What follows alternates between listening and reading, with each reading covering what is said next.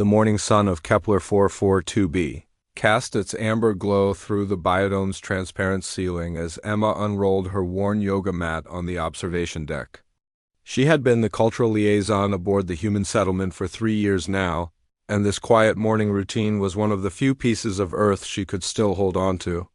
The air recyclers hummed their familiar song while she settled into her first pose, completely unaware that she was being watched beyond the reinforced glass. A dozen pairs of luminous golden eyes tracked her every movement. Tevolkar cubs pressed their furry faces against the exterior viewport, their leonine features scrunched in concentration. To the indigenous species of this world, humans were still an enigma, soft, nearly furless, and bizarrely flexible. The adult Velkar had established diplomatic relations with the human colony 2 years prior, but it was the younglings who showed the most curiosity about their strange new neighbors. Emma transitioned into downward dog, her breath steady and controlled. She felt the pleasant stretch along her hamstrings and spine, finding that familiar center of calm that had eluded her during yesterday's tense negotiations over mining rights. Outside, the cubs chittered excitedly to one another in their rapid, clicking language.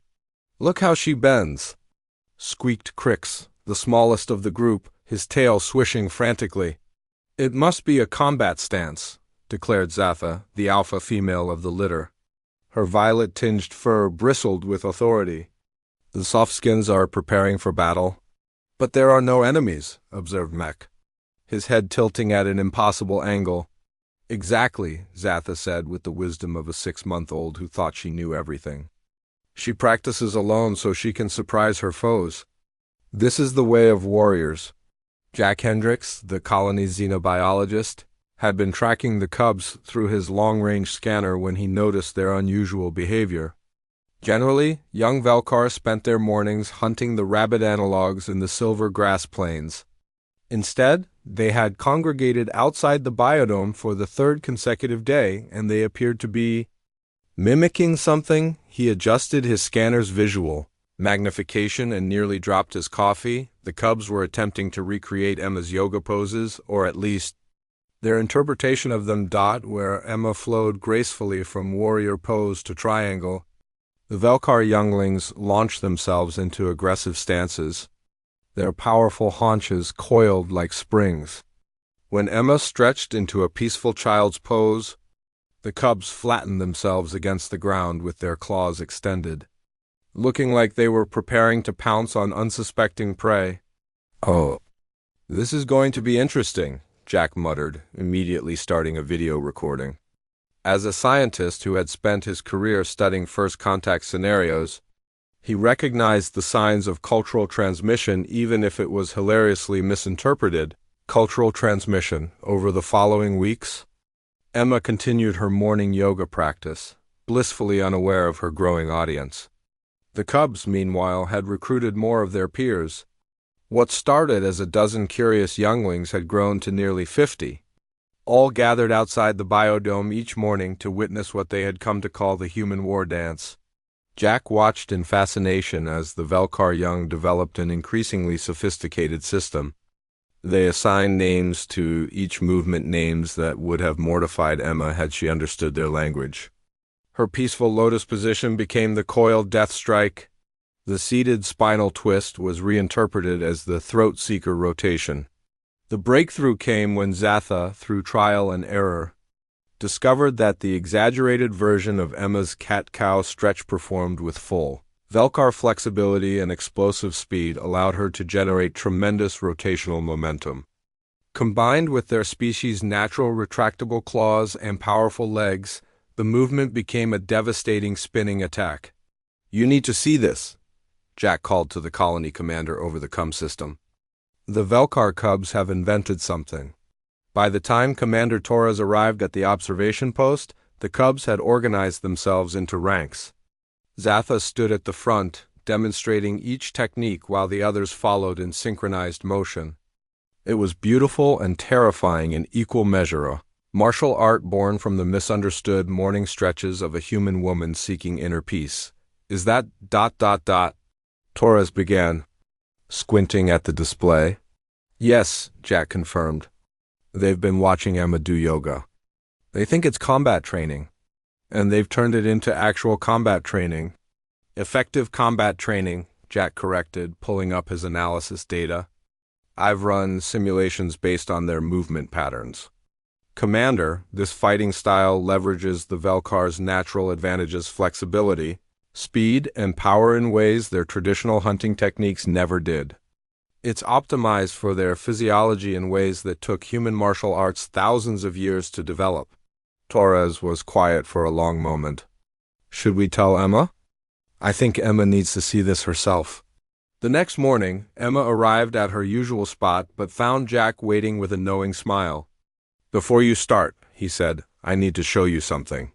He led her to the exterior viewport and pointed down. Emma's eyes widened as she saw the assembled cubs arranged in perfect formation.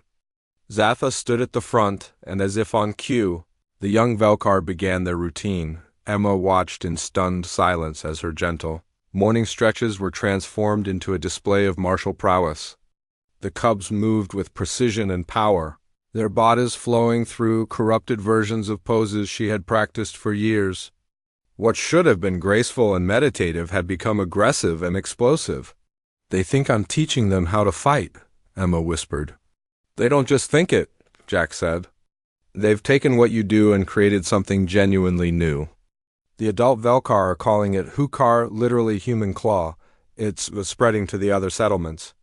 Emma, you've accidentally created an entirely new martial art for an alien species.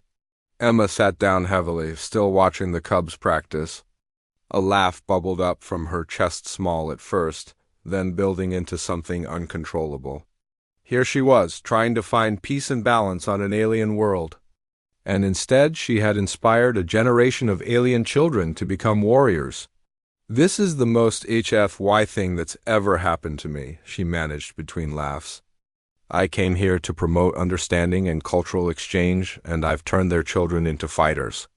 Cultural exchange, Jack said with a grin. Just not quite the way anyone expected. Below them, Zatha completed a particularly impressive aerial spin. Emma's revolved triangle, performed with 360-degree rotation and extended claws. The other cubs chittered their approval. You know what? Emma said, standing up and brushing off her pants. I should probably teach them the real thing. If they're going to do this, they should at least learn proper breathing techniques. Can't have them pulling muscles? Jack laughed. Only a human would watch aliens accidentally create a deadly martial art and think, they need better form. Emma smiled as she headed toward the airlock. In the grand tradition of humanity, she had somehow stumbled backward into making first contact more interesting. She had come seeking peace, and instead had given the Velkar youth something more valuable: the confidence and power that came from disciplined practice. Even if that practice looked nothing like what she had intended. As she stepped outside to meet her eager students, Emma reflected that this was exactly why humanity had succeeded among the stars. They didn't just adapt to new worlds, they accidentally taught alien species to adapt too.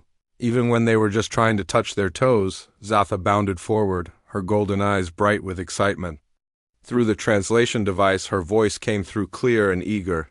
Teacher, show us the war dance again. We want to learn. Emma took a deep breath, assumed her first pose, and began. Behind her, 50 Velkar cubs mirrored her movements with fierce determination.